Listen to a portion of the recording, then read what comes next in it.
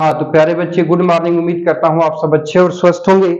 तो अब पिछली वीडियो में हम लोगों ने देखा था ट्रांजिटिव वर्ब को। ठीक है प्यारे बच्चे, तो ट्रांजिटिव वर्ब में हम लोगों ने देखा था कि वह वर्ब जिसका अपना कोई ऑब्जेक्ट होता है, अर्थात वर्ब का प्रभाव कर्ता के अतिरिक्त अन्य व्यक्तियों वस्तुओं के ऊपर भी पड़ता है, वही ट्रांजिटिव वर्ब होती है। साथ में ये भी देखा था कि ट्रांजिटिव वर्ब के तीन भेद होते हैं। ठीक है, पहला होता है मोनो ट्रांजिटिव वर्ब। तो मोनो ट्रांजिटिव वर्ब का मतलब कि वह वर्ब जिसका केवल एक ऑब्जेक्ट होता है, वही आपकी मोनो ट्रांजिटिव वर्ब कहलाती है। ठीक है, दूसरा हम लोगों ने देखा था डाई ट्रांजिटिव वर्ब। तो वह वर्ब जिसके दो ऑब्जेक्ट होते हैं उसे हम डाई ट्रांजिटिव वर्ब कहते हैं। तीसरा प्यारे बच्चे हम लोगों ने देखा था कॉम्प्लेक्स ट्रांजिटिव वर्ब। तो वह वर्ब जिसका एक ऑब्जेक्ट होता है और उस ऑब्जेक्ट का कंप्लीमेंट होता है, तो उस वर्ब को ही हम क्या कहते हैं, तो प्यारे बच्चे कॉम्प्लेक्स ट्रांजिटिव वर्ब कहते हैं। ठीक है, बातचीत समझ आ रही है। ठीक, तो अब देखिए, अब बातचीत को आगे बढ़ाएंगे। तो कल हमने बताया था कि डिटेल में आप लोग को ऑब्जेक्ट के ऊपर और कंप्लीमेंट के ऊपर मैं आप लोग को वीडियो बनाऊंगा। ठीक है प्यारे बच्चे, तो इस वीडियो में ऑब्जेक्ट के ऊपर बेहतरीन तरीके से हम चर्चा कर लेते हैं, तो बातचीत को आगे की तरफ बढ़ाते हैं। ठीक है प्यारे बच्चों, ठीक ना। हाँ तो प्यारे बच्चे ध्यान दीजिएगा। देखिए, ऑब्जेक्ट की डिफिनीशन है कि ऑब्जेक्ट कोष्ठ में जिसकी हिंदी हो गई कर्म, तो कह रहा है कि क्रिया का प्रभाव कर्ता के अतिरिक्त अन्य जिन व्यक्तियों वस्तुओं के ऊपर पड़ता है उसे ऑब्जेक्ट कहते हैं। ठीक है प्यारे बच्चे,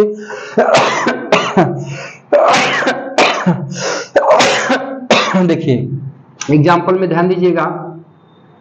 ठीक है, अब देखिए जैसे हमने कह दिया, कल वाले एग्जाम्पल को ही समझ लीजिए। जैसे कह दिया कि द कैट किल्स। ठीक है प्यारे बच्चे, द कैट किल्स। ठीक है, बिल्ली मारती है। ठीक है प्यारे बच्चे, तो अभी मारने का प्रभाव कर्ता सिर्फ बिल्ली के ऊपर पड़ रहा है, अन्य व्यक्ति वस्तु के ऊपर नहीं पड़ रहा है। ठीक है, लेकिन अब कह दे कि the cat kills a rat. The cat kills a rat, बिल्ली एक चूहा मारती है। तो प्यारे बच्चे, किल्स मतलब होता है मारना, तो मारने का प्रभाव है कर्ता बिल्ली के ऊपर तो पड़ ही रहा है, पड़ रहा है ना, लेकिन साथ में अन्य व्यक्ति वस्तु किसके ऊपर पड़ रहा है, ए रैट के ऊपर पड़ रहा है। पड़ेगा ना बाबू, का है कि बिल्ली जब चूहा मारेगी तो बिल्ली मारेगी तो बिल्ली तो प्रभावित होवे करेगी, साथ में चूहा को मारेगी तो चूहा भी तो प्रभावित होगा ना।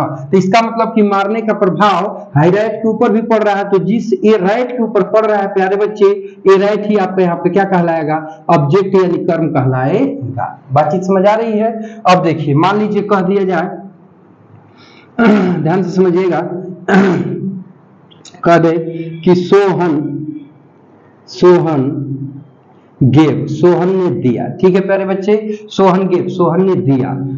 अब यहाँ पे कह दिया कि मुझे। ठीक है, सोहन ने मुझे दिया। ठीक है भाई, आगे बढ़ा दिया ए बुक, एक किताब, तो यानी सोहन ने मुझे एक किताब दिया। ठीक है प्यारे बच्चे, तो अब कह रहा है कि सोहन ने मुझे एक किताब दिया, तो देने का प्रभाव प्यारे बच्चे ध्यान से समझिएगा, ही कर्ता सोहन के ऊपर तो पड़ेगा ही, साथ में देने का प्रभाव मुझे देगा, तो मेरे ऊपर भी पड़ेगा, मैं भी गति करूंगा, आगे बढ़ूंगा, पकड़ूंगा, और साथ में इसका प्रभाव प्यारे बच्चे है किताब के ऊपर भी तो पड़ेगा कि नहीं पड़ेगा, पड़ेगा ना। तो दोनों ही शब्द आपके क्या कहलाएंगे, तो दोनों ही शब्द प्यारे बच्चे क्या कहलाएंगे, ऑब्जेक्ट कहलाएंगे। क्या कहलाएंगे, ऑब्जेक्ट कहलाएंगे। बातचीत समझ में आई। तो अब कहने का मतलब यह है कि क्रिया का प्रभाव कर्ता के अतिरिक्त अन्य जिन व्यक्तियों वस्तुओं के ऊपर पड़ता है, वे अन्य व्यक्ति वस्तु आपके ऑब्जेक्ट होते हैं।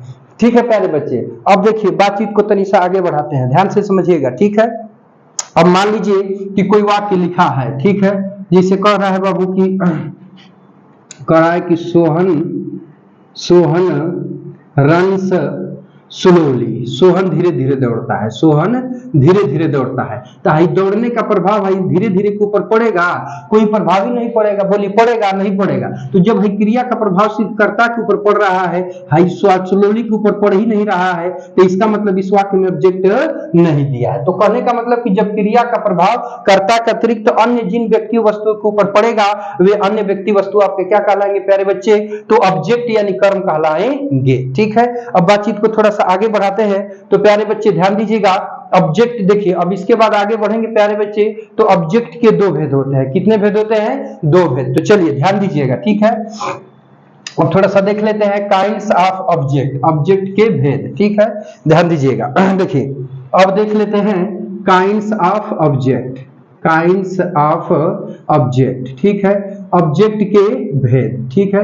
तो प्यारे बच्चे ऑब्जेक्ट की जो है कि कितने भेद होते हैं, तो 2 भेद होते हैं। कौन, देखिए, तो there are two types, there are two types of object, मतलब कि ऑब्जेक्ट के 2 भेद होते हैं, ठीक। कौन कौन होते हैं भाई, तो प्यारे बच्चे पहला होता है डायरेक्ट ऑब्जेक्ट। क्या होता है प्यारे बच्चे, डायरेक्ट ऑब्जेक्ट, ठीक है, ध्यान दीजिएगा। पहला होता है डायरेक्ट ऑब्जेक्ट, जिसकी हिंदी होती है प्रत्यक्ष कथन। क्या होती है, प्रत्यक्ष कथन, ठीक है, ध्यान दीजिएगा, प्रत्यक्ष कथन। अब इसकी डिफिनेशन होती है कि वह ऑब्जेक्ट जिसका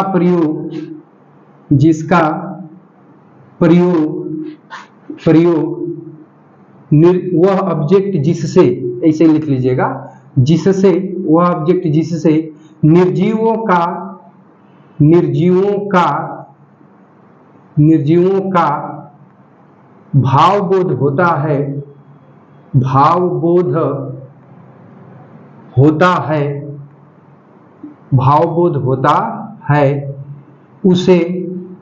उसे डायरेक्ट ऑब्जेक्ट कहते हैं, ठीक है प्यारे बच्चे। वह ऑब्जेक्ट जिससे निर्जीवों का भावबोध होता है, उसे डायरेक्ट ऑब्जेक्ट कहते हैं, ठीक है।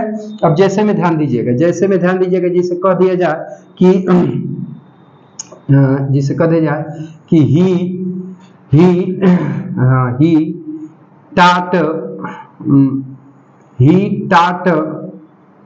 ही taught इंग्लिश, उसने इंग्लिश सिखाया, ठीक है प्यारे बच्चे। तो देखिए, उसने इंग्लिश सिखाया, तो सिखाने का प्रभाव कर्ता ही के ऊपर तो पड़ेगा ही, साथ में इंग्लिश के ऊपर भी प्रभाव पड़ेगा, तब इंग्लिश आपका क्या हो जाएगा, ऑब्जेक्ट हो जाएगा। लेकिन अब इंग्लिश से सजीव का भाव हो रहा है कि निर्जीव का, तो प्यारे बच्चे निर्जीव का भाव हो रहा है, अतः ये इंग्लिश आपका डायरेक्ट ऑब्जेक्ट कहलाएगा। समझ में आ रही बातचीत। जैसे देखिए, ध्यान दीजिएगा, मान लीजिए और दूसरी एग्जाम्पल को समझना चाहे तो कह दिया जाए, अभी हमने लिखा था कि सी, ध्यान दीजिएगा, सी गेव अ बुक, उसने एक किताब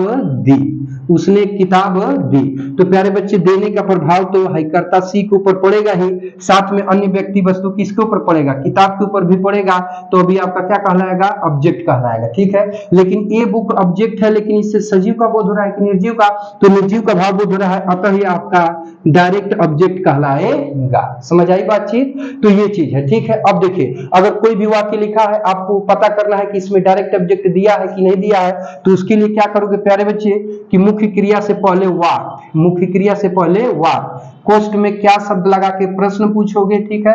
और इसके बाद जो उत्तर में मिलेगा, ठीक है, इसके बाद जो रिप्लाई मिलेगा, क्या मिलेगा, रिप्लाई, तो जो रिप्लाई मिलेगा आपको क्या मिलेगा, तो डायरेक्ट ऑब्जेक्ट मिलेगा। समझ में आ रही है बात। देखिए, वाट शब्द मुख्य क्रिया से पहले लगा के प्रश्न पूछेंगे, तो वाट की हिंदी क्या होती है, क्या, ठीक है। इसके बाद रिप्लाई में जो कुछ मिलेगा, तो जो रिप्लाई में मिलेगा आपको क्या मिलेगा प्यारे बच्चे, तो डायरेक्ट ऑब्जेक्ट मिलेगा। बात समझ में आ रही है ना, ध्यान से समझ लीजिए। अब जैसे देखिए, ऊपर वाले में हम लोग समझ लेते हैं, ठीक है। जैसे देखिए, कह रहा है कि ही taught इंग्लिश, उसने इंग्लिश सिखाया, ठीक है, ध्यान दीजिएगा। देखिए, उसने, देखिए अब ध्यान दीजिएगा, जिसे कह दिया जाए ऊपर वाले में, ध्यान दीजिएगा, कह दिया जाए कि उसने अंग्रेजी सिखाया, ठीक है प्यारे बच्चे, उसने अंग्रेजी सिखाया, ठीक। तो अब इसकी बातचीत हम लोग करें प्यारे बच्चे, प्रश्न पूछे कि उसने क्या सिखाया, उसने देखिए, हाई आपका सिखाया मेन वर्ब है, तो उसने क्या सिखाया, ठीक है, क्या सिखाया, ठीक। तो अब आप उत्तर में क्या बताएंगे, उसने क्या सिखाया आपको, तो उत्तर में बताएंगे अंग्रेजी। क्या बताएंगे प्यारे बच्चे, अंग्रेजी। तो उत्तर में जो अंग्रेजी मिला है प्यारे बच्चे, क्या मिला है, अंग्रेजी। तो जो उत्तर में अंग्रेजी मिला है, तो इसका मतलब ये क्या मिला है आपको, निर्जीव मिला है, तो निर्जीव है तो वे कौन सा ऑब्जेक्ट कहलाएगा, तो डायरेक्ट ऑब्जेक्ट कहलाएगा, ठीक है। तो कहने का मतलब किसी भी वाक्य में वाट शब्द लगा के रिप्लाई कर लीजिए, जो उत्तर में मिलेगा वो क्या मिलेगा, डायरेक्ट ऑब्जेक्ट मिलेगा। समझ में आ रही है प्यारे बच्चे। और हाँ, कभी कभी ये भी होता है कि क्या शब्द लगा के प्रश्न पूछने के बाद उत्तर में कुछ मिलता ही नहीं है, तो इससे ये प्रूफ हो जाएगा, चाहे इससे ये सिद्ध हो जाएगा कि दिए हुए वाक्य में ऑब्जेक्ट नहीं दिया है। समझ आ गई बातचीत। चलो अब बातचीत को आगे बढ़ाते हैं प्यारे बच्चे, नोट कर लो अथवा स्क्रीनशॉट ले लो, तो बातचीत को आगे बढ़ाते हैं। नोट कर लिए, चलो अब देखते हैं थोड़ा सा इनडायरेक्ट ऑब्जेक्ट को, ठीक है। चलो